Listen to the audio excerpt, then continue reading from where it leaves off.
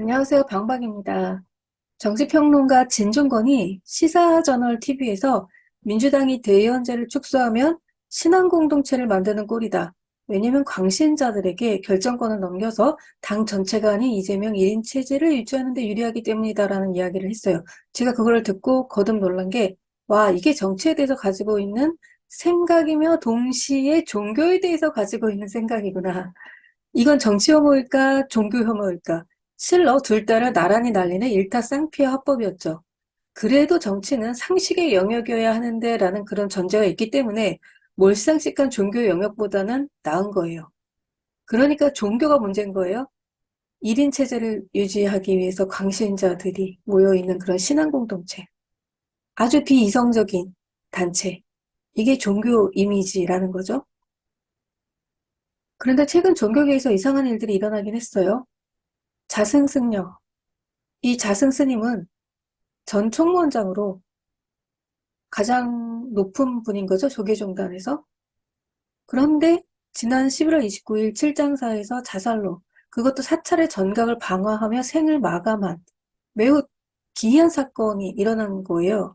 그런데 이를 종단에서 소신공양이라고 규정을 함으로써 학창시절 김동리의 등신불을 교과서에 접한 이들을 단박에 짜증나게 하는 그런 종단에 대해 비판하는 네티즌들의 댓글이 어마어마했었죠. 설상가상 정부는 또 불교 안정에 기여한 업적을 기려서 자승스님에게 국민훈장, 무궁화장을 또 추서했어요. 이런 식으로 종교의 세속화를 한 방에 보여주는 일이 일어났어요. 오마이갓. 그리고 또 사리 문제로 설왕설래 했는데 그거는 새로운 화장법이라고 그래요. 재로 만들지 않고 녹색의 구슬로 만드는. 그리고 또 그 바로 다음 날에는 정의구현사재단의 고문으로 잘 알려지신 분이죠. 함세웅 신부가 추미애 전 장관 출판 기념회에서 방울 달린 남자들이 여성 하나보다 못하다 그러면서 이게 또 칭찬을 한다고 했는데 또 논란이 된 거죠.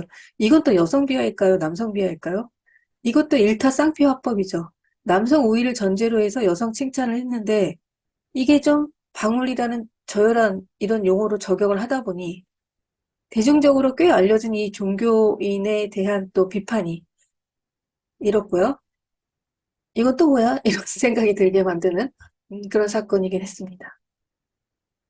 대체 왜들 이러는 걸까요? 그건 우리 사회의 종교가 오늘날 세속화되어서가 아니라 우리 사회의 종교는 원래 세속에서 등장하고 발전했기 때문에 특히 더 세속화되고 그럴 건 없어요.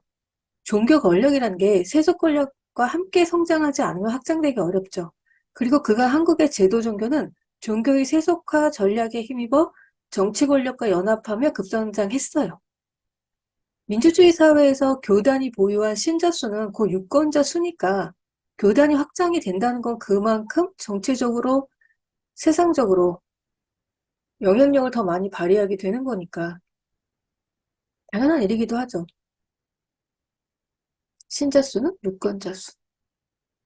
그러니까 새삼 세속적인 게 아니라 원래 세속적이었는데 지금 그런 제도 종교의 종교 인구 숫자가 감소되고 있는 중이란 말이에요.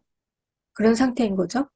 그러면서 이제 종교에 대한 비판이나 직격탄도 더 강해지고 있는 거죠.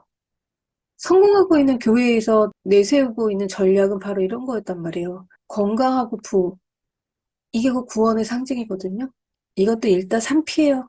소위 삼박자 복음이란 것이 이런 세속적 축복을 이야기하는 거죠. 이게 종교적 은혜로 연결이 되니까.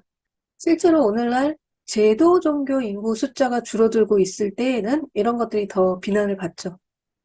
종교 인구 숫자가 줄고 있다 이렇게 말하기는 어렵고요. 왜냐하면 종교의 영역을 어디로 보아야 하느냐의 문제가 있기 때문에. 그렇지만 제도 종교, 특히 잘 나가는 3대 종교, 천주교, 개신교, 불교 이쪽의 종교 인구 숫자가 주는 거 그거는 현실적으로 맞고요. 사실이고요.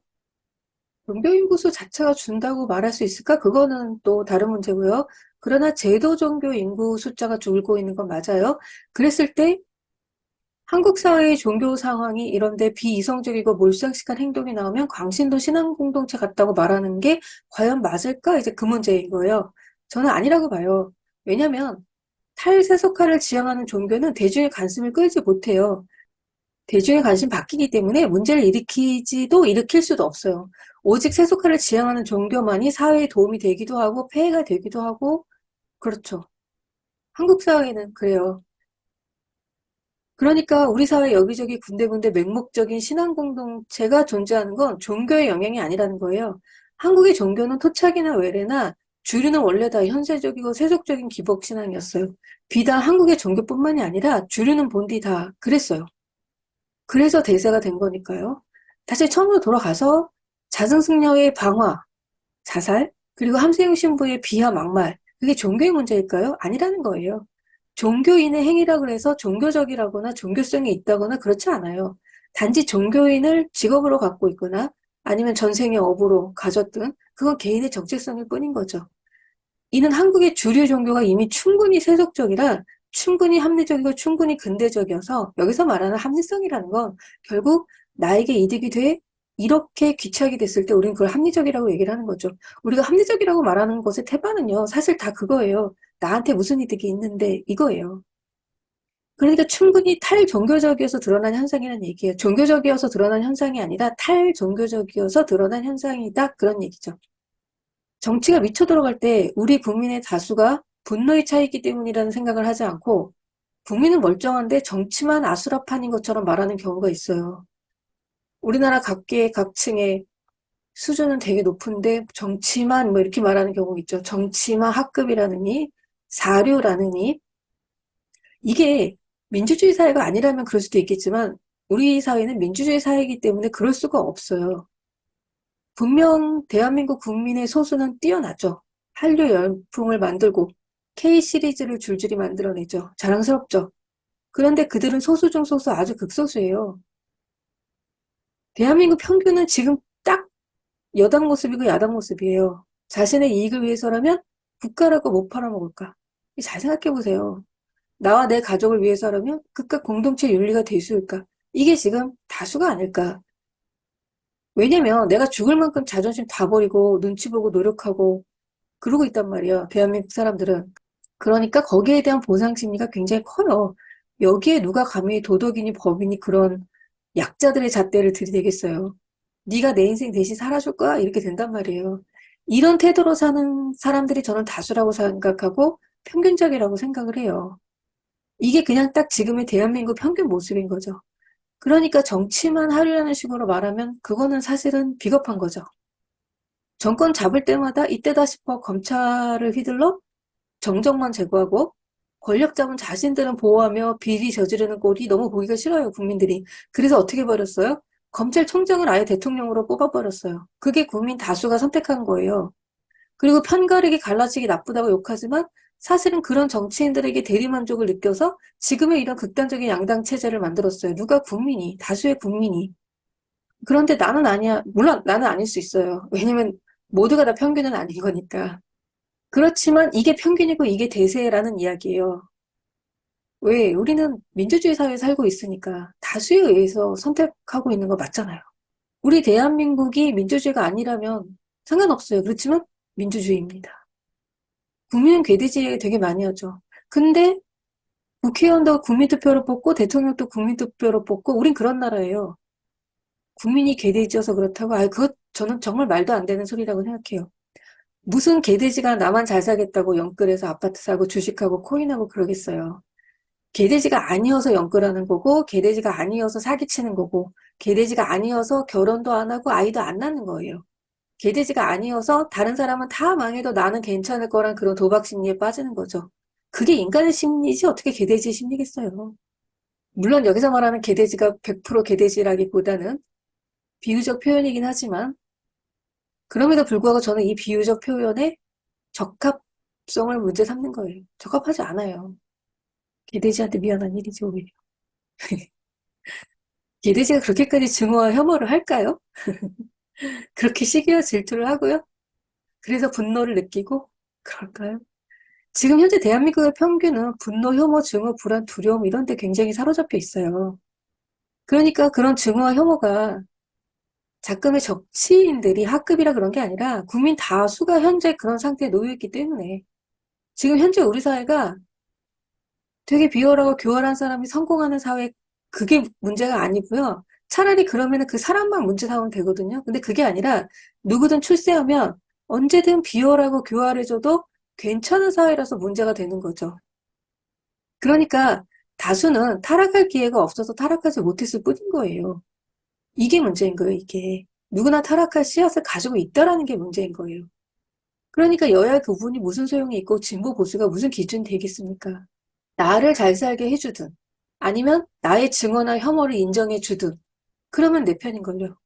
사회가 이런데 무슨 종교만이 광신도며 비이성적인 집단이겠어요. 우리 사회가 국교가 있는 나라도 아니고 종교가 이렇게 각 영역들과 n분의 1의 역할을 하고 있기 때문에 종교만이 광신자들 집단일 수는 없어요. 종교 중에서 광신자들 집단이 있는 것처럼 정치 중에도 광신자들 집단이 있는 거고 경제에서도 특히 우리 여기 너무 사기꾼들이 많아가지고 이런 거 보면은 지금 현재 우리 사회가 미쳐 돌아가고 있는 거예요. 우리 사회 평균이 지금 광적인 거예요. 다수가 분노, 혐오, 증오, 불안, 두려움 여기에 흔들리고 부서지고 망가지기 쉬운 상태에 놓여 있는 거예요. 그래서 극단적인 사람들에게 열광하는 거고요. 다시 처음으로 돌아가서 자승승려, 함세웅 신부도 이런 사회 분위기에 휩쓸린 한 인간일 뿐이지 특별히 종교인이라서도 아니고 종교 자체의 성격하고는 더더욱 상관이 없어요. 그래서 사실은 지금의 상황이 더 두렵고 무서운 일인 거죠. 종교가 문제면 그 종교만 해결하면 되는 거고요. 특정 사람이 문제면 특정 사람만 해결하면 되는 거죠. 윤석열이 문제면 윤석열만, 이재명이 문제면 이재명만. 근데 그게 아닌 거예요. 그게 아니라 그 사람들이 지금 현재 우리 사회 다수의 선택을 받은 사람들이라는 거. 그게 지금 문제인 거예요. 사회가 미쳐 돌아가는 이런 패러다임의 전환기 시기에는 결국은 다수가 문제고 사회 전체가 문제고 그래서 평균이 문제적이라 진짜 문제인 거죠. 그게 진짜 두렵고 무서운 일인 거죠. 그리고 이거를 우리가 자각하는 게 중요하다는 거예요. 지금 패러다임의 전환기 때는 자기 자신을 자꾸 돌아보면서 자신을 살피는 게 중요한 거고 이게 종교적으로 종말인 거죠. 종교 용어로 종말인 거죠. 종말은 모든 게 엔딩이 나서 끝이 아니라 패러다임의 전환기인 거죠. 한 시대가 가고 새로운 시대가 오는 그때가 종말인 건데 그때는 기존의 모든 문제들이 폭발하듯이 터지는 때다 보니까 지금의 우리는 이 시기를 지나가야 되는 거죠. 한국만 그런 게 아니라 전 세계적으로 구석구석. 패러다임의 전환기구나. 아, 그래서 이거를 종말이라고 얘기하는 거구나. 아, 이건 그냥 다 엔딩이 되는 게 아니구나. 엔딩 후에 새로운 세상이 있는데 그 새로운 세상으로 가기 위해서는 폭발할 거 폭발하고 문제되는 거 다 문제되는 거 두고 드러날 거 다 드러나고 그래야 넘어가는 거구나. 지금이 그때니까 이러저러한 극단적인 일들이 듣도 보도 못한 일들이 상식과 원칙에 어긋나는 일들이 일어나는구나. 종교학적으로 보면 그렇다는 거예요. 그러니까 가장 중요한 거는 나를 돌보는 거죠. 각자 자기를 돌보는 거죠. 내가 평균을 더 끌어내리고 있지는 않은지 항상 살펴봐야 되는 거죠. 지금까지 방박이었습니다.